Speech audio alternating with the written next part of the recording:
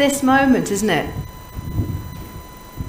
I'm looking at you, and you look like a really nice bunch. There's been such great energy. I was sitting here for 5 minutes, and it just feels great, this room. And you look really friendly and up for it, so thank you. And you're looking a bit unsure, you know, voice coach, don't worry, it's going to be fine. And I can see a couple of really brainy TED faces there, and there's going to be a few ideas too. But it is this moment our worlds are colliding right now. You're looking at me, I'm looking at you, and it hits my brain with a feeling of adrenaline. Accelerating molecules, you might say. And different people deal with this moment differently. Some of us go, hey, you know, there are people who are confident, they cope with this moment totally fine. And then there are other people and not so confident, and it stops them speaking this moment. Makes them feel anxious, makes them feel maybe they're not up to it. And that is not the case. Actually, all of us have confidence within. And what I want to talk about today is the idea that we can find more confidence within us if we know where to look. And where do we look? We go within. We look under the bonnet. And that's where we're going next. And the reason I want to talk about this is because many years ago, I stood in front of an audience this big, bigger, at Central Hall, which is by the Houses of Parliament, a really big Methodist space. And I was super excited about that moment because I knew that it was my big moment as a rookie voice coach and that I was going to be able to speak. And I stepped up in front of that audience, and what happened was everything that could possibly go wrong did. I went too fast, I lost my words. It felt like such a horrible experience. And just as I thought it couldn't get any worse, the microphone broke. And I looked out across the room, and I said in my big voice coach voice, there wasn't this much wind at the time, I have to say. And I said in my big voice coach voice, can you hear me at the back? And someone said, speak up. And I just felt this feeling of absolute shame. That feeling of an audience looking at you and a feeling of judgment which cripples us. And I left that venue and I thought to myself, never again. Now that clearly didn't work because I'm here. I also thought I'm going to do it differently next time. I'm going to make sure that the next time I stand up to speak, it feels good. And where I had to go was within. Now, we live in a really visual culture. We spend a lot of time, if we think about two worlds, we spend a lot of time thinking about the outside, maybe especially for women. And actually, confidence doesn't exist on the outside. It exists within, in the visceral stuff, in the bits within you that we don't see. And we're going to go to those bits. And when I was thinking about this idea 3 months ago, when I got asked to do it, I started to feel nervous about this moment. I started to think about a quote that the director Peter Brook had said, which is that we open new drawers in the self. And I started to think about a chest of drawers. And then I came across this really cool maker called George McCallum, who's actually sitting there. And I said to George, can you make me a chest of drawers? And he did. Now you might be wondering what this object is. And what this object is here is what George made. But when you ask a maker to make a chest of drawers, they don't always do what you think they're going to do. Do you want to see what he did?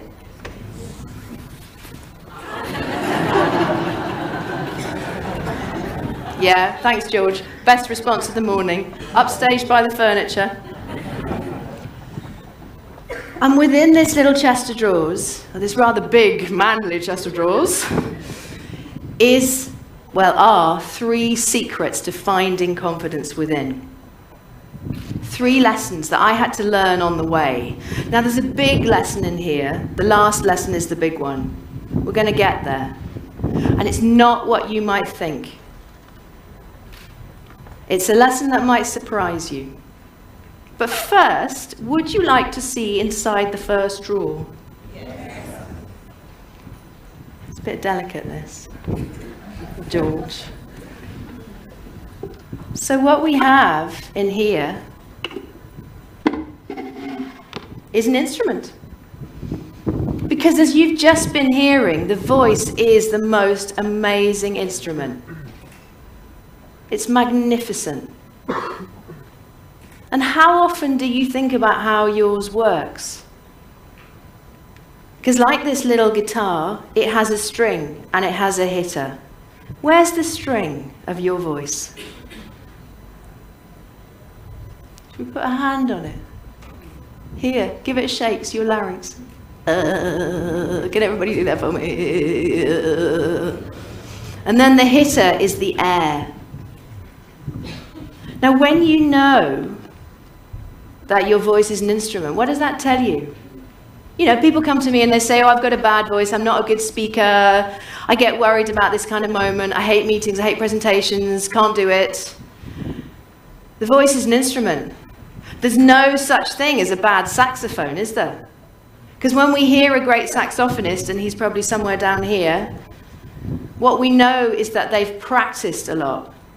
That not only do they have talent, but also that they have worked and worked and worked to get a great sound.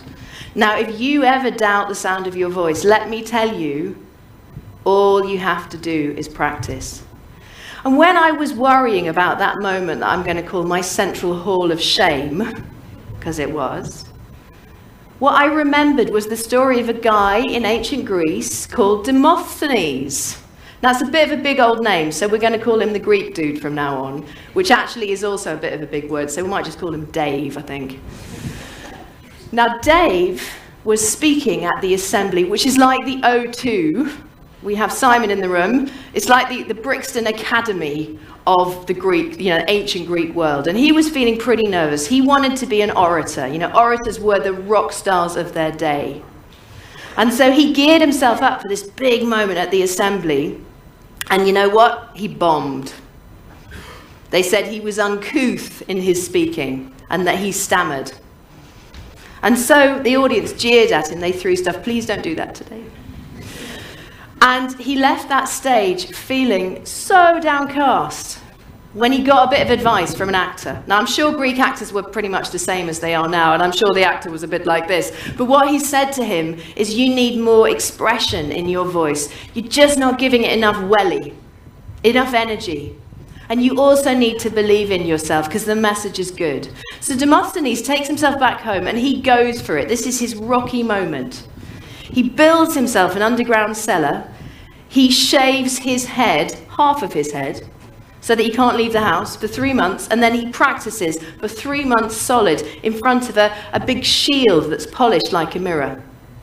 And when he's ready, when he's up there, he goes out, he goes to the sea, and he speaks over the waves. So his voice has to boom out over the waves.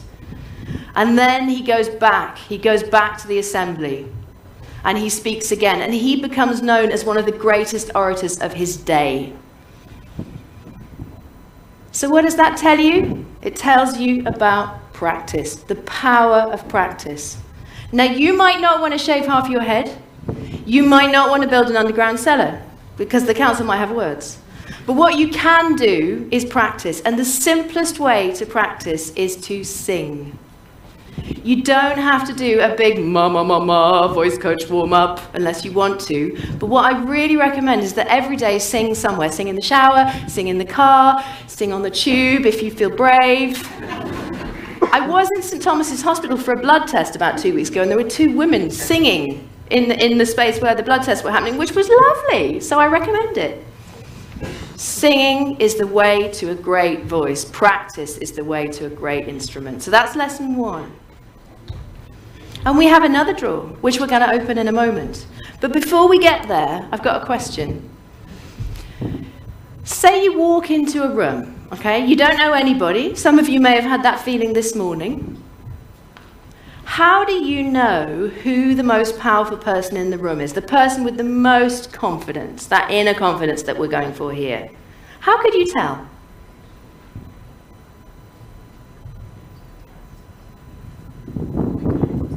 How they carry themselves. That's lovely, Lola. And you're in the same space, aren't you? Because you're a singer. And it is that how they carry themselves. And actually, what an actor will tell you is that it's about the breath. The most powerful person in the room has the most relaxed breathing pattern. And there's a well-known scientist called Paul Ekman who looks into emotion. And he said, which would make actors laugh because it seems so straightforward to them, but maybe isn't to science, that he couldn't understand why breath mattered for a long time, and his research has explored it, until he started to understand that the unconscious system, I can't control my spleen, it's just doing its own thing. But I can control my breathing. And if I get into my breathing, I get into the unconscious. I calm myself down. So what's within you is the key to this relaxed, confident power. Actors know this because when actors are playing king, the king stays really still. Everybody moves around the king, and that's how you know the king's in charge. The next time you feel nervous about something, try that. Try getting still. Now, within your body is something that is really the king of the body. It's what the Greeks called the center of all expression. And I bet that 50% of this room have never thought about it. Would you like to see what it is? So, thank you, my still handsome friend. So, okay, we've got our lungs, haven't we? We've got this, which is probably not an anatomical representation of a heart, but it's nice. But what's down here? What's this? Thank you very much, diaphragm. It is indeed your diaphragm. Now put your hands up if you have thought about the diaphragm recently. Put your hands up if you've thought about your diaphragm today. Thank you, singers in the room. Good, or actors, or saxophonists. Put your hands up if you haven't yet thought about your diaphragm today. Yeah, that is quite a large percentage. So we don't think about our diaphragms, do we? But the diaphragm is the key to regulating your system. It's how you calm yourself down in that moment where you stand in front of all the eyes. It will make you feel confident when you most need it and you least feel like it. Now, I didn't know anything about my diaphragm. I'd learnt about it. I knew what it was supposed to look like, but I didn't know how it felt. And then one day, I was feeling really stressed. I was breathing up in my chest. I had that kind of squeaky, high-voiced adrenaline breathing up in the chest. Not good. And I walked into a yoga class, and the yoga teacher said, "You look really stressed," which is never a good start. He said, "Lie down on the floor." And he laid me down, and I closed my eyes, expecting some lovely, relaxing yoga thing. And suddenly, he put a gym weight on my stomach. And he said, "Breathe, lift that." And I did. I breathed in. And as I breathed in, I had to lift that gym weight with my stomach. And my diaphragm shuddered into action. And suddenly I got it. I got how it should feel. I got that I didn't need to breathe up here anymore, that I could breathe down. And I'd like to suggest that the diaphragm is the king of confidence. So should we find yours? We take a thumb?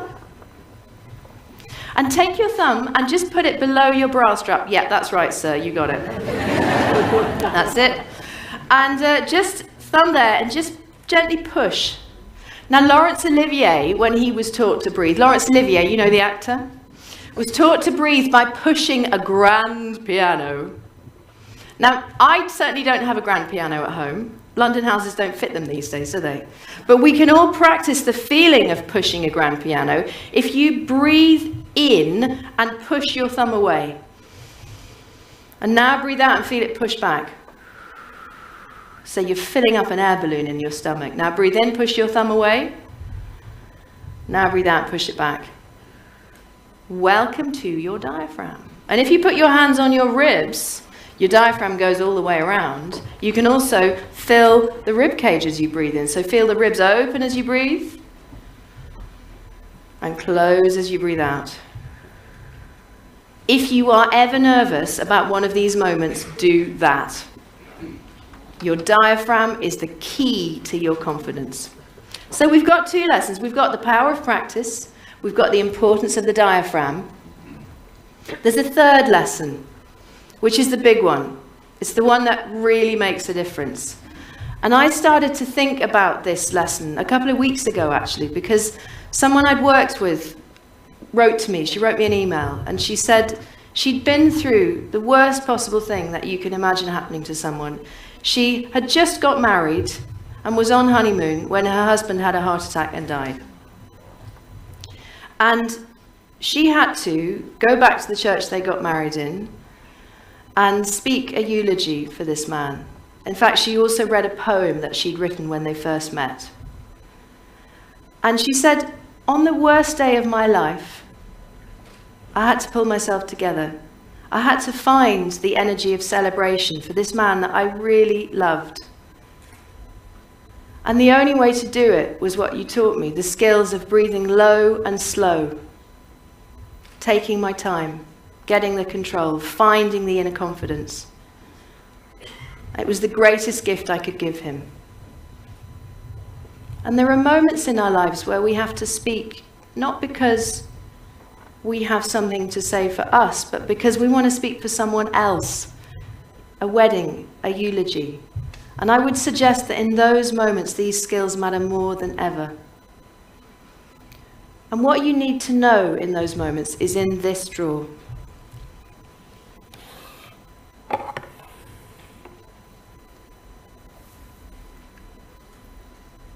It's breath. It's air. And why air matters is because we breathe our thoughts. All speech is out-breath. All song is out-breath. And all in-breath is thought. Just put a hand back on that diaphragm for a moment and breathe out. And then feel the breath in, and as you breathe in, think of someone you really love. Now, if we were all to speak on that out-breath, it would be full of love. Now breathe in again, and breathe in a feeling of excitement for the day that's going to come, because it's going to be so good. And if we were to breathe in and then speak on that feeling, then we have excitement in our voices. So you can control your voice with the idea of breath is thought. And it's in Latin, the two worlds, ancient and modern. The Romans understood this. Inspiration and respiration have the same root. The Romans understood that we breathe our thoughts. And because we speak on the out-breath, all you have to think about is the in-breath. And you know the simplest way to think about the in-breath? Close your mouth. So who would have thought that the big secret I promised you was that if you want confidence in speech, all you have to do is know when to shut your mouth. Thank you.